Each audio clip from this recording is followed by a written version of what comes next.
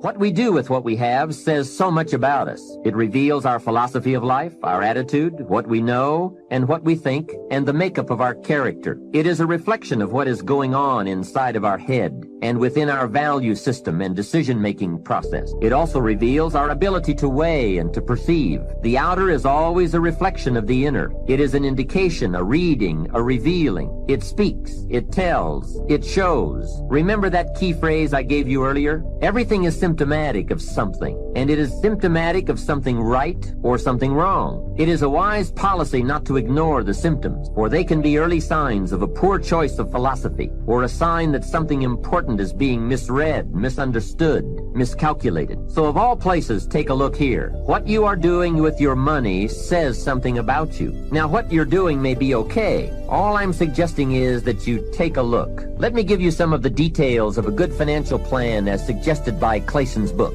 First, a very broad but important statement. Learn to live on 70% of your net income. Net meaning the money you have left after paying your taxes. And before we go any further, let us consider that most important part of our personal, social, and economic life. We must all in our lifetime, whether we are young or old, understand the necessity and the practice of paying taxes. We have to teach our children as soon as they have any money at all from any source that if they spend it for anything, they immediately become what we call a consumer. And all consumers of goods and services, no matter how young, have to pay taxes. In California, where I live, if a child is only 10 years old and goes to the store to buy something that costs $1, the proprietor asks him for an extra 6 cents. The child may look at the price tag and say to the proprietor, "But it says $1. What's the 6 cents for?" And what a great time to teach the necessity for everybody to pay taxes, even at age 10. So a full explanation is due. If you're going to take 6 cents off a kid, you've got to tell him where it goes. After all, it is his 6 cents. He could well ask the proprietor, "Do you keep it?" The proprietor, of course, would explain that it's for taxes, that he doesn't get to keep it, that he merely collects it. The next obvious questions are, who gets it, and what is it used for? And with these very intelligent questions come some very important answers. To the child we explain, since we all have decided to live together, we call ourselves a society. And for that society to function, there are some things we cannot individually do for ourselves. We cannot each build a piece of the street. The machinery would be too expensive, and it would take too long to learn how to use it and then to do it. So we have a government. And government is people we have put to work doing those things for us as a community that we cannot do for ourselves. The streets, the sidewalks, the police, all of this must be paid for. So we have agreed to take some of the money when all of us buy something and give it to the government so that it can do things for us. This is such an important subject. Kids have to learn it. We all have to learn it. We then move up to federal taxes and all that those tax dollars are meant to do. Here's a pretty good way to explain federal taxes. I call paying taxes the care and feeding of the goose that lays the golden egg. It is so very important to feed the goose, not abuse the goose, not tear off a wing of the goose, but to feed and care for it. You might say, well, yes, but the goose eats too much. Hey, that's probably true. But remember, just about every appetite eats too much. Don't we all eat too much? Let not one appetite accuse another. If you step on the scales and you're 10 pounds heavy, you've got to say, yes, me and the government are about 10 pounds heavy. Looks like we both eat too much. Remember, every appetite must be disciplined. Yours, mine, and the government. We could all use a diet. Mr. Schoaf did give me a very great service when he taught me how to be a happy taxpayer. Now, I must admit it took a while, but I did finally become a happy taxpayer. Part of it was understanding what tax dollars were for, and that it is right for everyone to pay his fair share. I finally decided I didn't mind picking up my share of the tab for the radar. It's so necessary for our safety as a country to keep the international bullies away. Some people say, why bother with all that expensive equipment? After all, they won't come over here. Obviously, they haven't read their history book. Someone else says, I'm not picking up any part of the radar. Well, then I would suggest you go where they don't have any radar. If you are going to enjoy the benefits, then you have to pay your share. We get in the van. We landed in Kingston. We got to drive to Montego Bay. I ain't know how far that was. That's on the other side. So at the halfway point, they stopped at this jerk chicken place. I'd never had none of that, nothing. So I get out the van. I'm with all these white people. So I'm trying to, be first because I don't like to stand behind them because I don't, slavery's over. And so I get up there and I'm standing in line. And I said, man, I got all this money. Woo! woo, I'm finna start balling. So I sat up there and I saw the first thing I looked at was a drink called Ting. And I said, well, hell, that's how I feel. Ting! $100, $1,500, ting! I said, give me 2 tings. He said, yeah, man, what else would you like? I said, hey, man, give me 2 of them jerk chicken sandwiches. How much further we got? About another hour, man. Yeah, give me 3 jerk chicken sandwiches, dog, and give me 1 more ting. He bagged it up. I'm standing there. I said, okay, man, how much?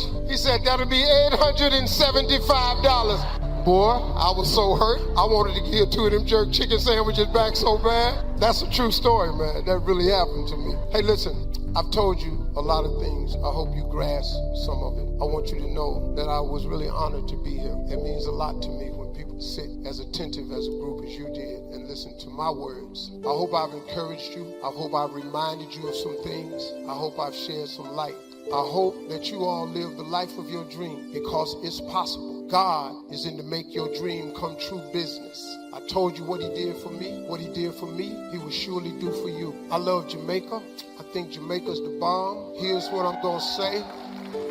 I told it to the CFO or the COO. My man, I talked to him. So Chris, you here. This is the deal I'm going to put out there. I think it should be a government private equity venture. I think that the government, the tourism board should get together with some private sector fund. I would like to come here. I bought the international rights to do Family Feud in Africa. Taping Family Feud in Africa on November the 11th. We should all be happy about that. We all Africans. We all Africans. We just got dropped off at a different stop. That's all. And I was just tripping and I said, man, I should do Family Feud in Jamaica. So I'm a businessman, and so it's some pretty sharp people here. I heard this gentleman speaking today. He's pretty powerful. Chris, that guy, I know who's here. Plus they sitting on sofas. If you own a sofa, that right there is, I don't know what them tickets cost, but them sofa tickets, see sofa tickets way different from fold-away chair tickets. I don't know, how y'all get that sofa in the middle right there? Who is y'all? Oh, excuse me, I'm sorry. Who are you? I be forgetting. Hey, y'all, I ain't lying. I be forgetting. Who is y'all? Who are you all? I believe the anointing of God is in this place. It would be a shame for us to sit in this kind of anointing and this kind of glory and eat up these kinds of blessings and get up and belch and walk away and not say, Lord, we have a responsibility to sow into the God that has sown into us. We have a responsibility to sow in the direction that we are going. We're not sowing out of where we have been. We are sowing in the direction of where we are going. How many people in here are going somewhere? I want you to sow into your vision, into your dream, into the thing you have not touched yet. I want you to sow into the invisible, infallible, immutable. All you have to have is God's word on it. His word is good. His word is absolute. They've got some cards. I got to preaching and I might have thrown my card away. I think the elephant ate my card. Get these cards out, and I want you to sow in the direction that you're going, into the impulse and the prompting of the Holy Spirit. I want you to sow into your elephant. I want you to respond to the value of the Holy Spirit. There's a couple of times I was sitting over there, I received so much word, I just started weeping. Because I'm telling you, a word from God is priceless. I said a word from God is priceless. I was wiping tears this morning. I was wiping tears, and I don't cry easy, especially in front of people. You gotta hold up your image.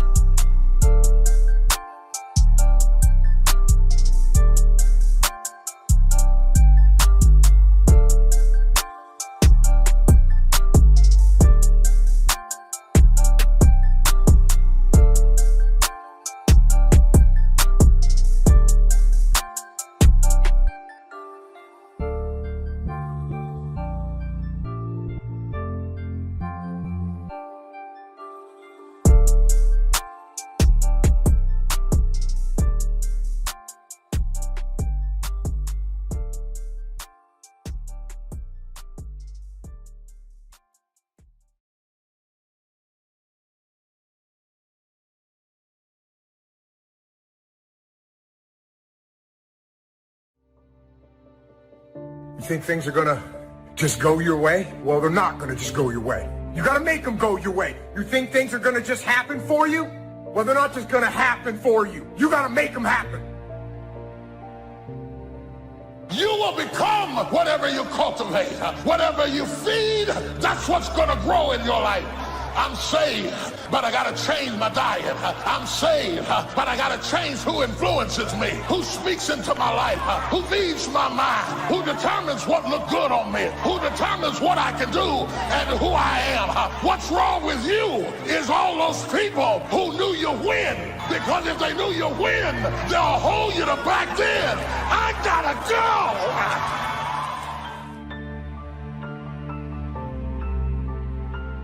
Because whatever you identify as the source of your stress determines what you consider the source of your peace. And that's why I don't like to blame people for my stress. Because if people brought me the stress, then I need people to change for me to have peace. But I'm past the point in my life of wanting for people to have to act a certain way, for me to have peace in my own heart. Wisdom, like the learning capacity of the human brain, is infinite. There will always be more to know, and there will always be plenty of room in your brain for everything you learn. Life is a paradise, really, if you're a person who genuinely wants wisdom. We all want to be successful, and I'm certainly in favor of that, but I've known some people who literally wanted all the money they could get. Not what the money could buy, but the money itself. Wanting all the money in the world is like wanting to know all there is to know in the world. Except the man who wants all the money is miserable. He'll never get it all, and he'll never think he has enough. Even if he had rooms filled with $1,000 bills, he'd still want the next man's nickel. And he'd be in pain about that, filled with envy about it. The man who wants wisdom also wants to look back over his shoulder at the other guy, but he just wants to see what the other guy is reading. And if the other guy is reading a book he hasn't read yet, he's actually happy about it. He looks forward to reading it himself. You don't have to give up something in order for me to have it. You can give me your wisdom and now I'll have it, but you still have it too. When one person shares wisdom with another, neither person is diminished. In fact, both are made wiser. Giving and taking is such a basic experience for most of us, but the whole concept of giving and taking doesn't really apply to wisdom. There's no giving and taking, there's only sharing. Unlike the other things people hunger for, wisdom is very hard to visualize. We could imagine rooms full of money, but how can you picture a room full of wisdom?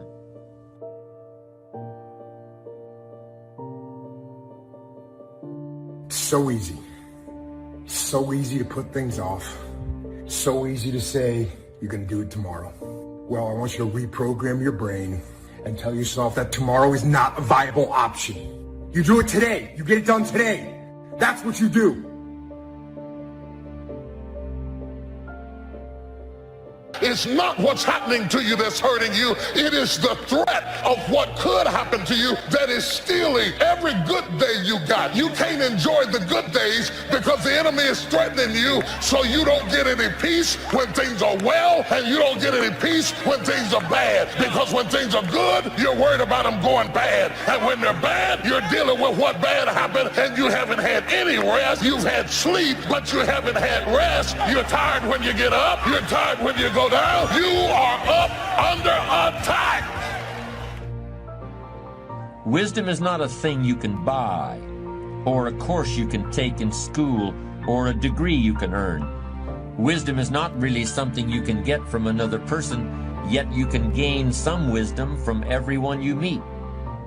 Wisdom is something a wise man always feels he needs more of. Yet the true sources of wisdom lie nowhere but within ourselves. There are plenty of people who are too smart for their own good, people who are filled to overflowing with facts and technical knowledge, but who are sadly lacking in human understanding and common sense. What is this thing you call common sense? What is this stuff you call human wisdom? What is this thing you call strong character?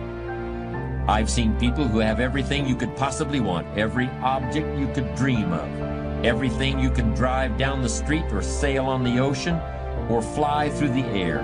But on the inside, where the real person lives, they're broke. They haven't got anything. They haven't got a clue.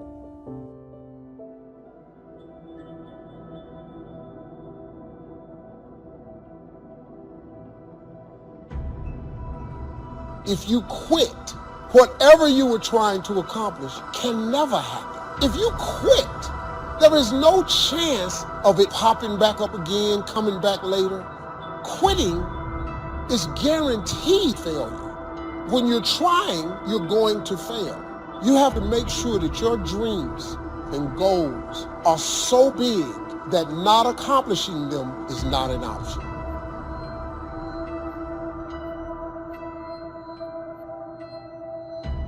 Either you take on the shape of your environment or you resist it and transform by the renewing of your mind. Everything you've ever changed about your life started in your head.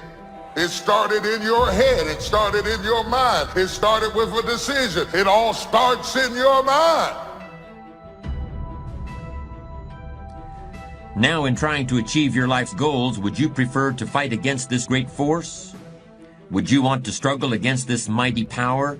Or would you rather enlist this great power in your cause and make the inevitable work for you instead of against you? Time is that great power I'm talking about. Time is the mightiest force in the world, or even in the universe. Why would you ever choose to fight time when you could have time on your side? Who wouldn't want to harness the great river of time that flows through all of life? Why wouldn't you want to use the power of time to generate power in every area of your existence? To charge your every aspiration with lightning bolts of electricity? To turn the turbines of your hopes and dreams? Well, there is only one way to make time work for you, not against you. And that's with patience. So I want to challenge you to waste no more effort wrestling with other people. Your destiny, your future is not predicated on the decision of someone else. You wasted too much of your life trying to change other people's mind about you. It doesn't matter what they think about you. God is not going to bless you by their opinion. God is going to bless you by how you see yourself.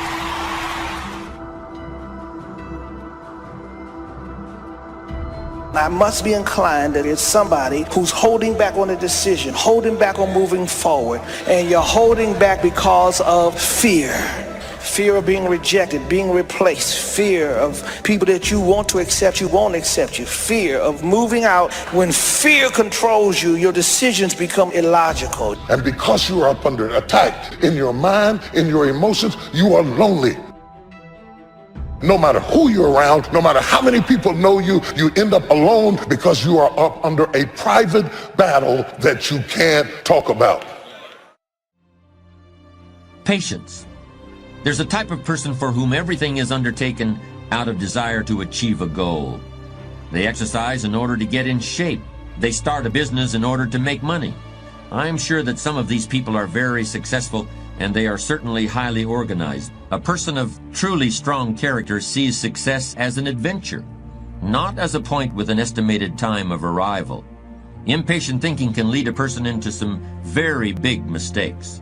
When you are always looking somewhere else, whether it's down the road or up toward the top of the mountain or off toward the left field fence, when you're looking off in the distance like that, you often miss what's under your very own nose. That means the pleasure and fun of living which come in the here and now get overlooked for something that not only isn't here yet, but might never arrive. True patience is more than just a waiting game. Patience doesn't mean you sit around hoping for something to happen. Patience is not a passive quality. Sometimes patience can mean doing something else entirely, thinking about another venture, taking off in a different direction while you give events a chance to run their course. You got to come up with some times in your life that you unplug from this crazy world. Turn your phone off. We live in a world today that's got us so focused on everybody else that we're comparing our life to everybody else's life, and anxiety and fear come whenever you start dwelling on the past and whenever you're afraid of the future. The struggle is in your mind. Slept 8 hours and you wake up still tired. Your mind has been in turmoil all night long. You've been wrestling in your sleep. Your body went to sleep, but your mind is still caught up in a warfare. Your mind is some battleground.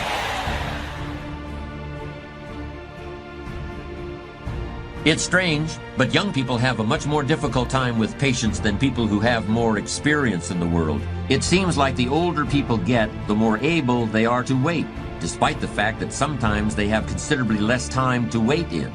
You could argue that older people ought to learn how to act quickly and decisively, while younger people need to learn how to wait.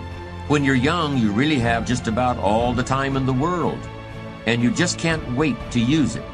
For a young person to have patience is a rare and powerful thing. How can we explain that impatience of the young? Maybe it's because when you're a teenager or in your early 20s, 1 year seems like a very long time. But more mature individuals can actually look back 10 or 20 or even 30 years, and they can use the knowledge they've gained to create patience and a sense of perspective. I still believe that things can turn around for me. I still believe that this is not my final position. I still believe that my family can get better. I still believe that if I lose this job, there is another job for me. I still believe that my marriage is not over. Turn to your neighbor and say, you got to keep your hope. Clap somebody and say, I believe. Is there anything you believe in that you'll sweat for, that you'll work for, that you'll labor for, that you'll commit yourself to? Is there anything that you love other than yourself?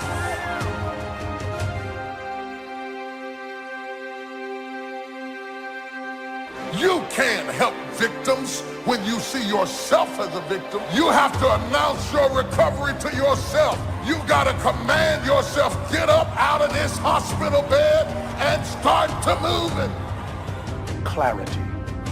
Because when you get in a storm, you become real clear of what matters and what does not. When you get in a storm, you're not trying to say, oh my God, let me get my Gucci bag. No. When you're in a storm, you get clarity as to what matters. Your priorities come into view when you're in a storm.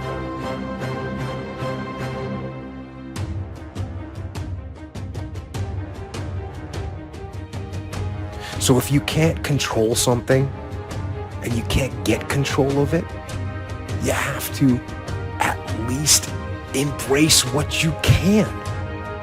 There's only so much you can do, and you cannot completely eliminate it. But you can't control it, so why are you going to worry about it? Why are you going to stress about it?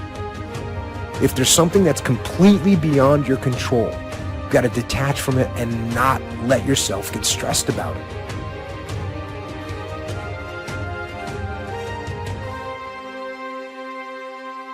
Dreams without goals remain dreams. Just dreams, and ultimately fuel disappointment. Dreams without goals, yearly goals, life goals, daily goals, monthly goals, hourly goals.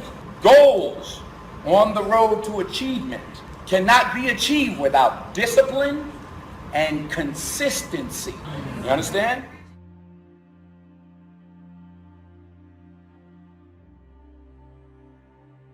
Someone's gonna get the candy in life. There's always candy in life. That piñata eventually always breaks down. Do you want to be the person who was there in the beginning, hitting as hard as you could and sacrificing and never get the candy? Or are you going to get something for your pain? Are you going to get something for your effort? Are you going to get something for this sacrifice you're making? You got to get something for this pain. You got to stick in the game until the candy comes out, and then we all get to celebrate. I promise you there's going to be a payoff for you.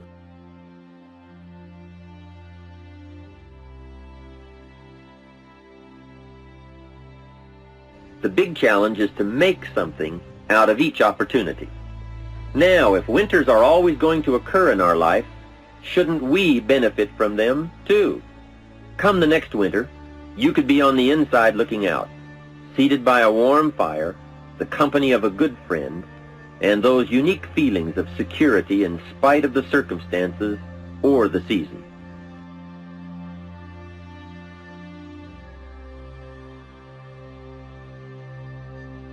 You have to be honest with yourself and truthful with yourself. And I think a lot of times what it is for me, I was expecting things from people that I wasn't giving to people. And so that's very selfish, you know? So I had to look at myself and say, you know what, this part of my personality needs to be changed. It needs to be fixed. So it's that reality that you have to have with yourself, and that truthfulness, and not knowing that it doesn't make you weak by admitting these things. It doesn't make you less by admitting these things.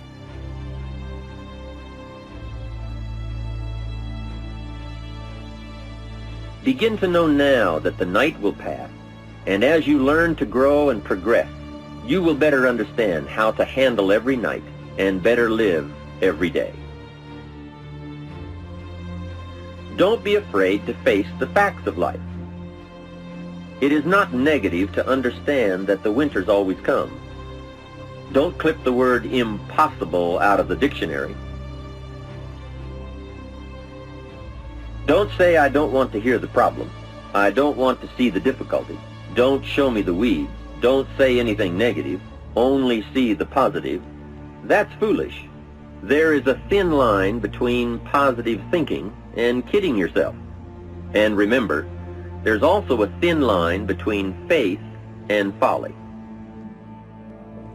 The rest of us must look around us for wisdom, and look for it in everything we read and in everything we do and in everyone we meet.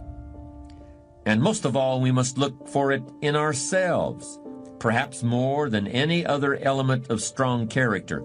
Wisdom is a quality that we must earn and learn on our own. Yes, wisdom is a unique component of character. If you don't have it, nobody can tell you what it is. And if you do have it, probably you'll be wise enough never to say, I'm a wise person. Part of wisdom is knowing what you lack and looking for it and asking for it. Another part of wisdom is knowing, at the same time as you ask, that there are no final answers. There are always more questions. There are always more things and people you don't now know and haven't yet heard of or seen. So you may have that retirement package. You may have the medical benefits, the pension, the Sunbelt home, and a steady income you can live on. What good is it if you're isolated? And I don't mean just physically alone. I mean isolated from a real sense of connection with what's come before and with what lies ahead. It's here that wisdom provides very real, very practical benefits. It's wisdom that provides a sense of life's value and assurance that all the effort has been worthwhile. There's no question that we must take care of our material needs, but a fulfilled life requires meaning as well as substance. Wisdom is the fruit of experience. Experience is something everyone gets if they live long enough, but not everyone knows what to do with it. Wisdom comes from seeing the world and the people in it, and from noticing patterns and connections, and from using what other people let you see of themselves in order to understand your own self.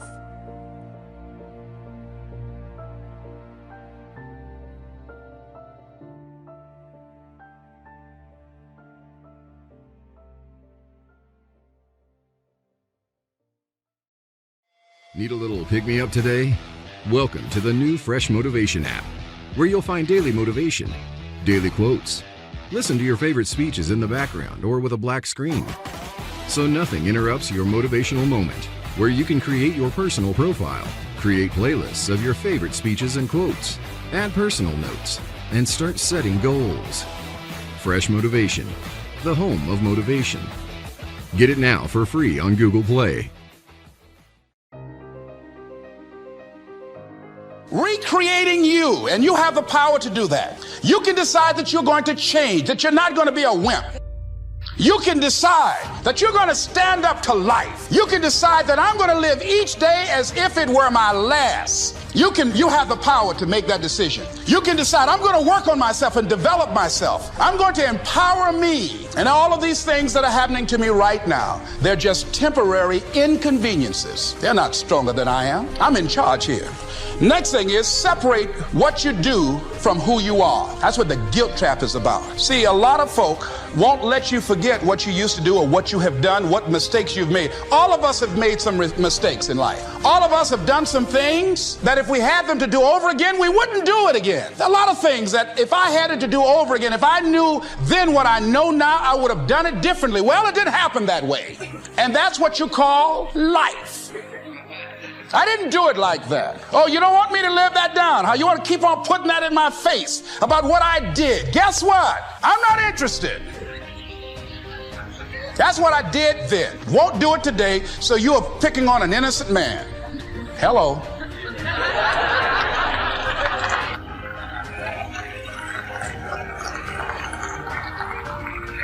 So as you're in the process of reinventing your life, write a description of the kind of person that you want to be. What are the things that you must overcome? What qualities about your personality you know that you're going to have to change because those particular characteristics are liabilities to you?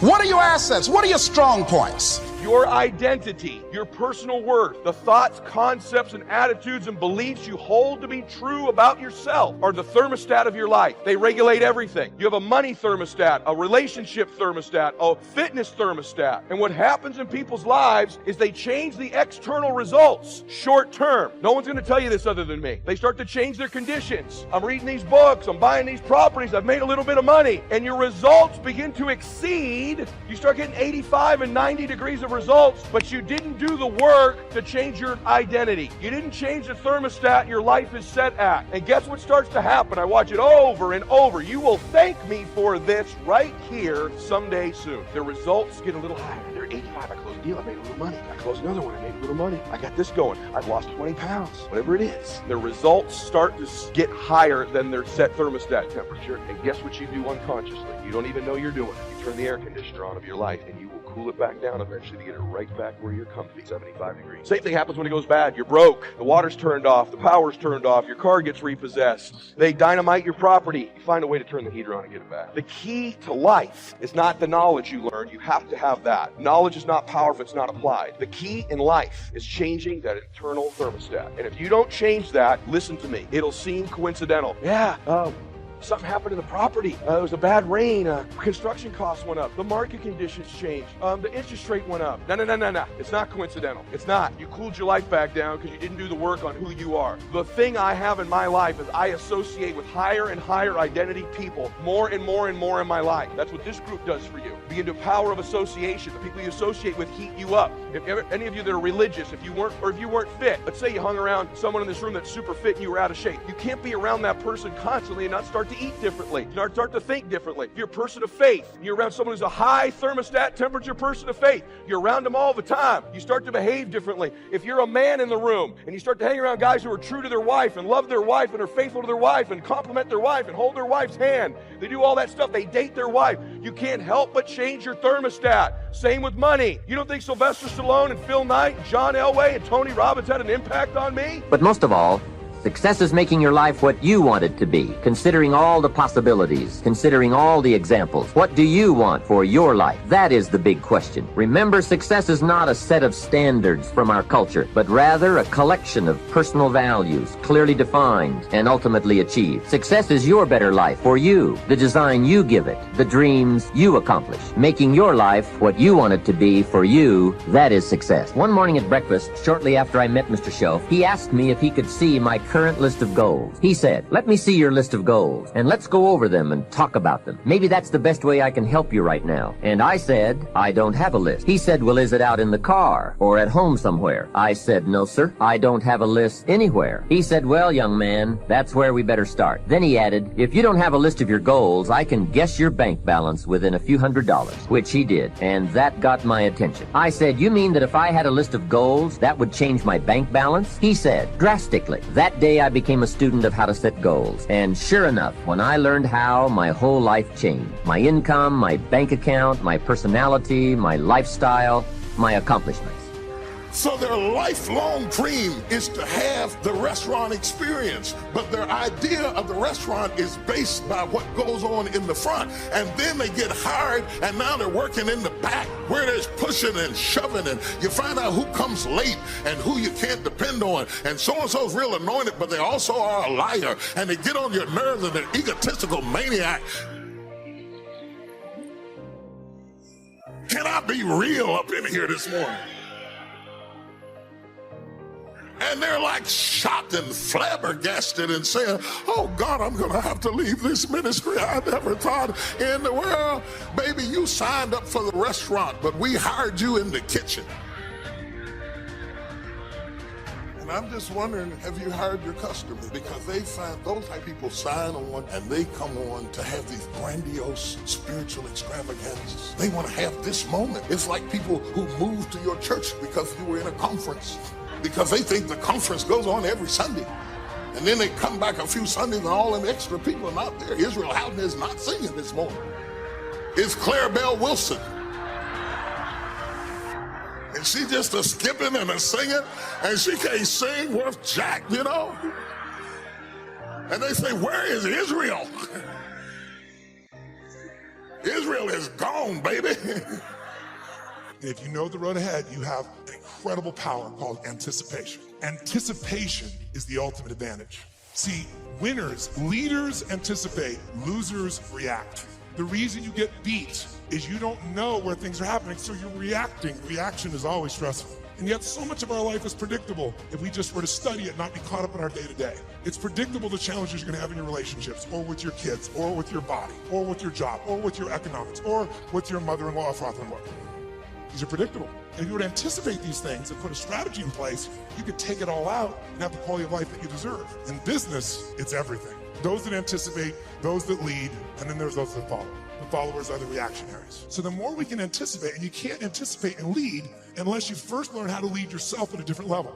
And so I love to have you just see that if you and I can start to take control of our focus, and we can start to take control of the meaning of our lives and make something really that meaning that empowers us, because look, what's wrong is always available, isn't it? There's always an Ebola, a bird flu. There's always something that's going to kill the entire human race tomorrow on TV. And then there's your life. What's wrong is always available, and so is what's right. And you have to take control of that focus, because otherwise you become the follower and you get to live your life. Even though you're a smart person, we're all smart, but it's easy to get led astray by everybody else's focus, isn't it? And then all of a sudden let them create the meaning for us. And then all of a sudden we're settling for a life far less than what we desire or deserve. So my approach is really simple.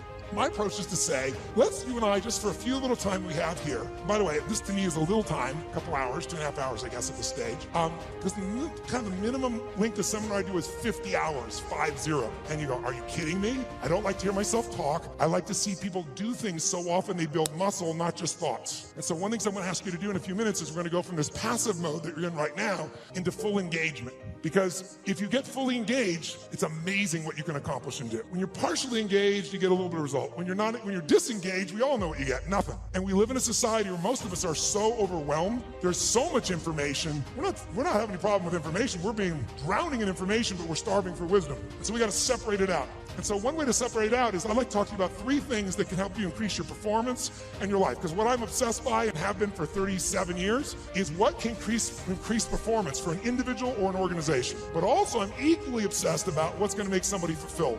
Because who's had this horrible experience? Who here has ever achieved your goal and then your brain said, is this all there is? Who's had this experience here? Say, I. And that's worse than failing. At least when you fail, your brain can say, I can figure this out and do it again a new way. But when you succeed and you're miserable, you're basically technically screwed.